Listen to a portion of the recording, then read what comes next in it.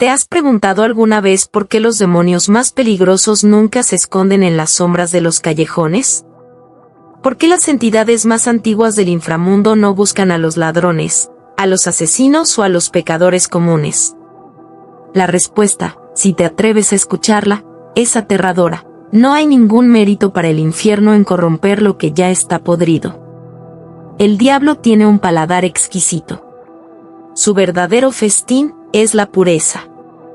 Bienvenidos, amantes del terror y lo desconocido, a un relato que el Vaticano ha intentado sepultar bajo llave en sus archivos más oscuros. Una historia prohibida donde la fe colisiona violentamente contra la carne, y donde el deseo se convierte en la herramienta más letal de la perdición.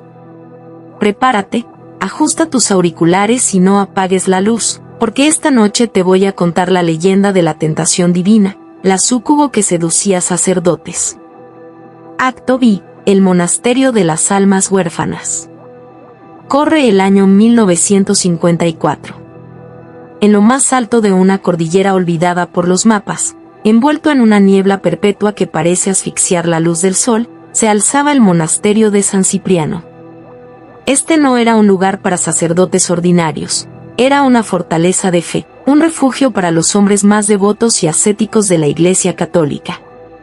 Hombres que habían jurado renunciar a todo placer terrenal para acercarse a lo divino. Entre ellos destacaba el padre Mateo. Con apenas 30 años, Mateo era un prodigio de la teología. Era un hombre físicamente imponente pero de mirada dócil, con un rostro tallado que parecía sacado de un lienzo renacentista. Su devoción era absoluta. Pasaba horas de rodillas sobre la piedra helada, flagelando su mente con el estudio y su cuerpo con el ayuno. Para él, el celibato no era un sacrificio, sino una armadura de hierro impenetrable. O al menos, eso creía. Pero el mal no ataca golpeando las puertas de la fortaleza. El mal se filtra por las grietas invisibles de la soledad. Todo comenzó un martes de noviembre. Una tormenta violenta azotaba el monasterio.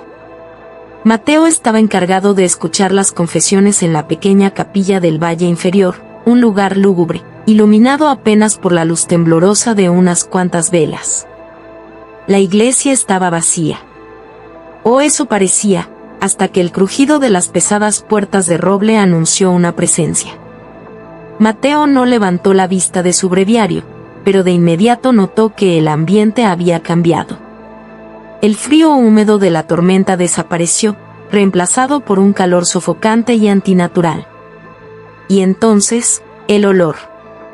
No era el hedor a azufre que las escrituras advertían. Era una fragancia embriagadora, un perfume a jazmín silvestre, rosas marchitas y un toque metálico que recordaba a la sangre fresca. Era un olor que despertaba instintos que Mateo creía haber matado en su juventud. Acto 2. El confesionario de los susurros. La mujer entró en la cabina contigua del confesionario. A través de la celosía de madera tallada, Mateo solo podía ver una silueta envuelta en encaje negro y la curva pálida de un cuello perfecto. «Ave María Purísima», dijo Mateo, con la voz más firme que pudo reunir. «Sin pecado concebida, aún», respondió ella. Su voz era un susurro denso, aterciopelado, como miel caliente derramándose sobre cristales rotos. Cada sílaba vibraba en el pecho de Mateo, haciendo que su corazón latiera con una fuerza inusual, dolorosa. «Dime tus pecados, hija mía». «¿Hace cuánto no te confiesas?», preguntó el sacerdote, cerrando los ojos con fuerza, aferrándose al crucifijo de madera que colgaba de su pecho. «Nunca me he confesado, padre», murmuró ella, acercando sus labios a la madera. La humedad de su aliento traspasó la celosía, acariciando el rostro de Mateo. «Porque hasta esta noche, no me arrepentía de mis deseos. Pero ahora estoy llena de una lujuria que me quema por dentro. He codiciado, padre. He codiciado lo que le pertenece a Dios». Mateo tragó saliva. Sus nudillos estaban blancos de tanto apretar la cruz. La codicia y la lujuria son venenos para el alma. Debes arrepentirte y buscar la pureza. ¿Quién es el objeto de tu deseo? Hubo un silencio pesado, denso. De repente, Mateo vio a través de la rejilla como los ojos de la mujer brillaban en la oscuridad con un destello amarino, casi felino. Tú, Mateo. El sacerdote sintió que el aire abandonaba sus pulmones. Nadie en el valle conocía su nombre de pila, solo su título eclesiástico. Tus labios recitando salmos, continuó ella, su voz bajando una octava, volviéndose más ronca, más carnal. Tus manos, fuertes y pálidas, partiendo la hostia consagrada. He soñado con esas mismas manos recorriendo mi piel, arrancándome la virtud, manchando tus votos con mi sudor. Dime, Padre, ¿qué penitencia hay para una mujer que quiere arrastrar a un santo al infierno en su propia cama? Mateo se puso en pie de un salto, derribando la silla de madera. Vete de aquí. Estás poseída por el delirio, gritó, retrocediendo. Pero cuando salió de la cabina y abrió la puerta del lado del penitente, no había nadie. Solo el eco de la tormenta, un leve charco de agua de lluvia, y un pétalo de rosa negra descansando sobre el reclinatorio. Acto 3. El descenso a la locura. A partir de esa noche, la cordura del padre Mateo comenzó a desmoronarse pedazo a pedazo. La religión y la disciplina que habían sido sus pilares se transformaron en una prisión. Los sueños empezaron 3 días después. O más bien, las pesadillas carnales. En sus visiones nocturnas, Mateo no se encontraba en el infierno clásico de llamas y demonios con cuernos.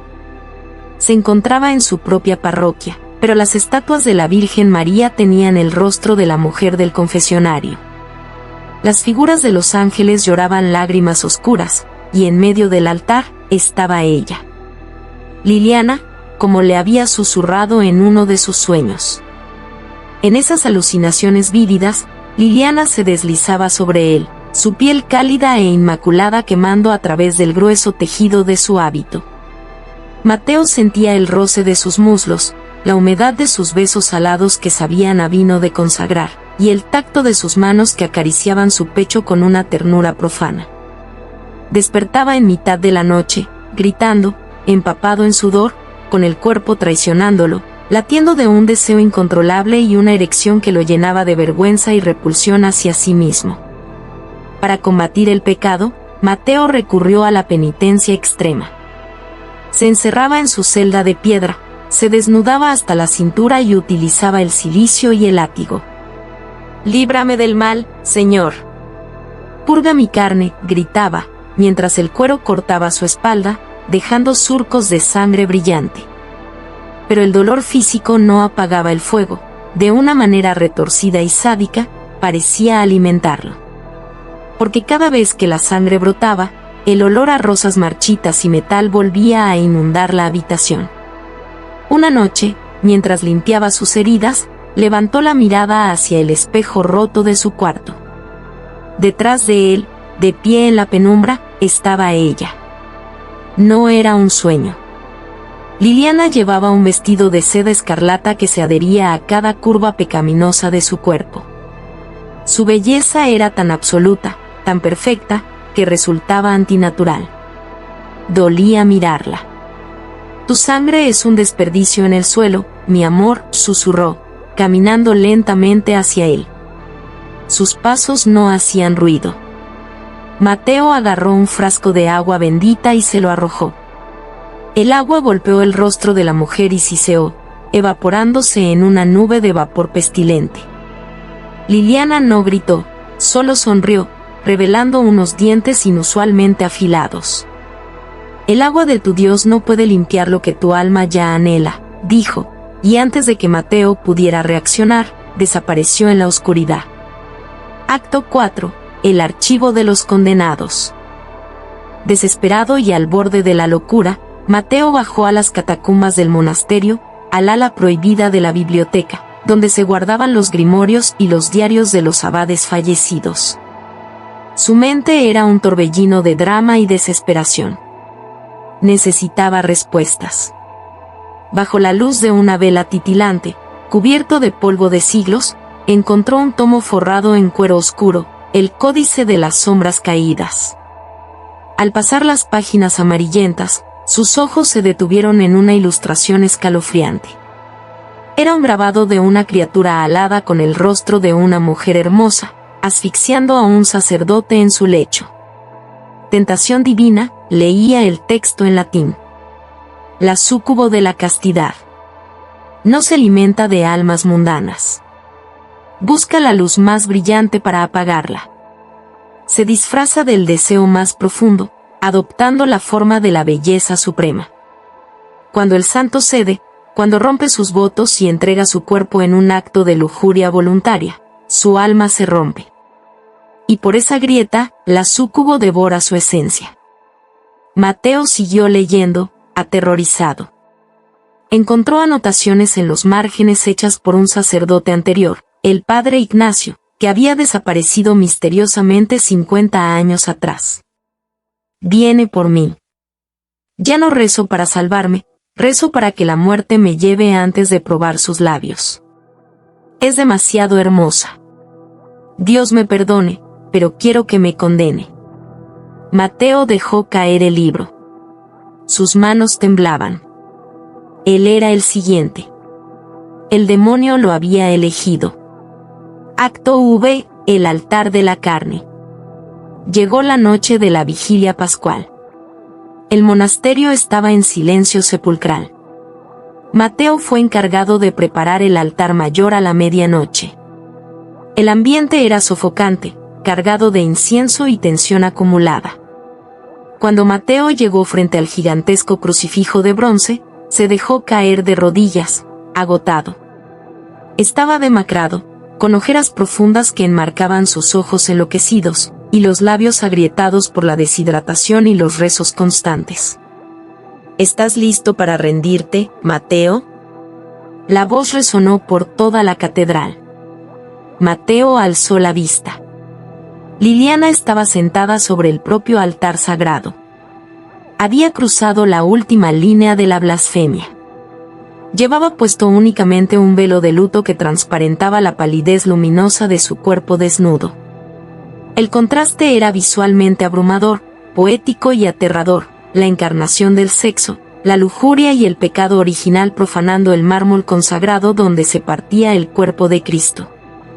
Ella descendió del altar con una gracia felina. Sus pies descalzos tocaron el suelo de piedra. Se acercó a Mateo, envolviendo sus brazos alrededor de su cuello. El contacto de su piel fría envió una descarga eléctrica por la espina dorsal del sacerdote. Su olor llenó los pulmones de Mateo, bloqueando cualquier pensamiento racional. «Has luchado bien», murmuró Liliana, rozando su nariz con la de él, su respiración caliente mezclándose con la del sacerdote. «Pero ambos sabemos que tu fe es un cascarón vacío. Estás solo. Tienes frío. Y yo soy el fuego. Mírame, Mateo. Mírame y dime que prefieres la soledad a este paraíso». El drama interno de Mateo llegó a su clímax. Las enseñanzas de su vida, su devoción a Dios, el miedo al infierno, todo se desvaneció frente al magnetismo brutal, crudo y salvaje de la atracción física y psicológica. La súcubo no lo estaba obligando, lo estaba seduciendo magistralmente. Ella necesitaba que él la eligiera. Mateo cerró los ojos, dejó caer el rosario al suelo y cedió. Levantó las manos y tomó el rostro perfecto de Liliana. La atrajo hacia sí y sus labios se encontraron en un beso desesperado, hambriento y voraz. Fue un acto de rendición total. En ese instante, Mateo sintió un placer tan profundo e intenso que eclipsó cualquier experiencia humana. La lujuria explotó en su interior, quemando sus votos, incinerando su alma en el fuego del pecado mortal. La abrazó con fuerza contra su pecho, aplastando su cuerpo contra el de ella, perdiéndose en la sensualidad tóxica del demonio. Pero el clímax de la carne es efímero, y el precio del infierno es eterno. Acto B, la cosecha de la súcubo. En el momento exacto en que Mateo se entregó por completo, en la cúspide de su perdición, la ilusión óptica se hizo añicos. El cuerpo suave y sedoso bajo sus manos cambió drásticamente. La carne cálida se volvió áspera como piedra volcánica. Mateo abrió los ojos de golpe, arrancado de su trance de placer por un olor súbito y nauseabundo a carne podrida y azufre puro. El rostro hermoso de Liliana se estaba derritiendo frente a él. La piel perfecta se despegaba en jirones, revelando una musculatura negra y putrefacta. Sus ojos amarinos y seductores se convirtieron en dos pozos vacíos que supuraban oscuridad. De su espalda rasgada brotaron dos alas membranosas, espantosas, llenas de venas palpitantes que cubrieron la luz de las velas. Mateo intentó gritar, intentó retroceder, horrorizado hasta la médula. Pero no podía. Las manos que antes lo acariciaban con ternura, ahora eran garras afiladas y esqueléticas de más de 30 centímetros de largo. Esas garras ya no estaban sobre su piel, estaban hundidas profundamente en su pecho, atravesando su caja torácica, sosteniendo su corazón palpitante. El dolor fue indescriptible. No era solo un desgarro físico, era la sensación de su alma siendo arrancada de raíz. «Gracias por la ofrenda, Padre», siseó la bestia, con una voz doble, demoníaca y estruendosa, que hizo vibrar los vitrales hasta agrietarlos. Las estatuas de los santos alrededor de la catedral comenzaron a llorar sangre espesa. El crucifijo de bronce crujió y se invirtió por sí solo, colgando boca abajo en un acto final de profanación. La súcubo abrió sus mandíbulas, revelando filas interminables de colmillos ensangrentados, y en un solo movimiento brutal, absorbió el último aliento vital de Mateo. El cuerpo del sacerdote cayó sin vida sobre las baldosas frías de la iglesia. Sus ojos quedaron abiertos de par en par, congelados en una expresión de horror absoluto y agonía eterna. Había cambiado su eternidad divina por un segundo de tentación carnal. La súcubo, ahora brillando con una energía corrupta y renovada, se lamió la sangre de las garras, desplegó sus alas monstruosas y se disolvió en las sombras, dejando tras de sí únicamente el olor a incienso y a jazmín marchito. Epílogo: la advertencia. A la mañana siguiente, los otros monjes encontraron el cuerpo mutilado de Mateo a los pies del altar invertido. Oficialmente, la iglesia declaró que había sufrido un ataque de locura y se había quitado la vida en un ritual herético. El monasterio de San Cipriano fue abandonado meses después, clausurado por orden directa de Roma. Los expedientes fueron quemados. La historia, silenciada. Pero la súcubo no murió. Ella no muere. Dicen que sigue caminando entre nosotros, escondida a plena luz del día. Se oculta detrás de la mirada más inocente, detrás de los labios más perfectos y el perfume más dulce. Ella sabe lo que deseas. Conoce tus debilidades, tus secretos más oscuros y sucios. Y si alguna vez sientes que una atracción repentina, inexplicable e irracional te arrastra hacia alguien que parece demasiado bueno para ser verdad, ten cuidado. Porque quizás, solo quizás, no estés sintiendo amor ni pasión. Quizás solo estás oliendo el jazmín. Y para cuando te des cuenta de que estás abrazando a un demonio, ya será demasiado tarde para tu alma. Dulces sueños, si es que puedes dormir esta noche. A la mañana siguiente, los otros monjes encontraron el cuerpo del padre Mateo a los pies del altar invertido. Su pecho estaba abierto, pero no había sangre en el suelo. Oficialmente, la Santa Sede declaró que había sufrido un brote de esquizofrenia, quitándose la vida en un ritual herético. El monasterio de San Cipriano fue clausurado de inmediato. Las puertas se sellaron con cadenas pesadas y los expedientes fueron quemados. La historia, silenciada bajo el peso del oro del Vaticano. Pero la súcubo no murió en esa montaña. Ella no puede morir. Dicen que sigue caminando entre nosotros, escondida a plena luz del día. Se oculta detrás de la mirada más inocente en el vagón del metro, detrás de los labios más perfectos en una cafetería, o en el perfume más dulce que te cruzas en la calle. Ella sabe lo que deseas. Conoce tus debilidades, tus fetiches inconfesables y tus secretos más sucios. Y si alguna vez sientes que una atracción repentina, inexplicable y devoradora te arrastra hacia alguien que parece demasiado perfecto para ser verdad, ten cuidado. Porque quizás, solo quizás, no estés sintiendo amor. Quizás solo estás oliendo el jazmín. Y para cuando te des cuenta de que estás abrazando a un demonio en tu propia cama, ya será demasiado tarde para tu alma. Dulces sueños, si es que puedes dormir esta noche.